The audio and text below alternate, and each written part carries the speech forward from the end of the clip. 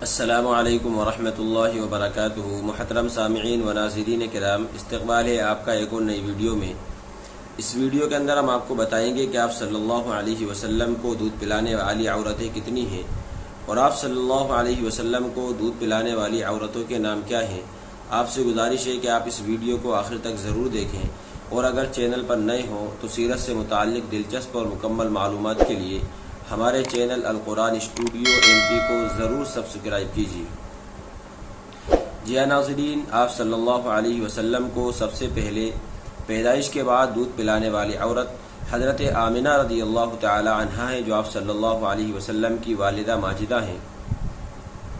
اس کے چند روز کے بعد ابو لہب، جو آپ صلی اللہ علیہ وسلم کے چچا ہیں، ان کی باندی سویبہ یا سویبہ رضی اللہ تعالی عنہا نے آپ صلی اللہ علیہ وسلم کو دودھ پلایا،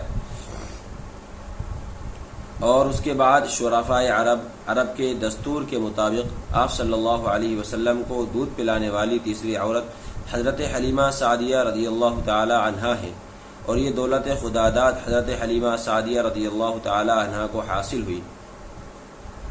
عرب کا دستور تھا، شرفائے عرب کا دستور تھا کہ وہ اپنے بچوں کو دودھ پلانے کے لیے آس پاس کے دیہاتوں میں بھیجا کرتے تھے، جس سے بچوں کی جسمانی صحت بھی اچھی ہو جاتی تھی اور خالص عربی زبان سیکھ جاتے تھے۔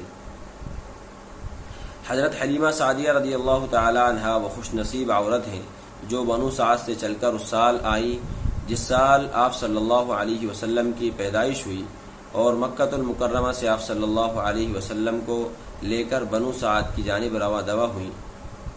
حضرت حلیمہ سعدیہ رضی اللہ تعالی عنہا وہ خوش نصیب عورت ہیں جنہوں نے سرکار مدینہ رحمت دو عالم صلی اللہ علیہ وسلم کو دودھ پلایا۔ اب ملتے ہیں اگلی نئی ویڈیو کے اندر۔ السلام علیکم ورحمۃ اللہ وبرکاتہ۔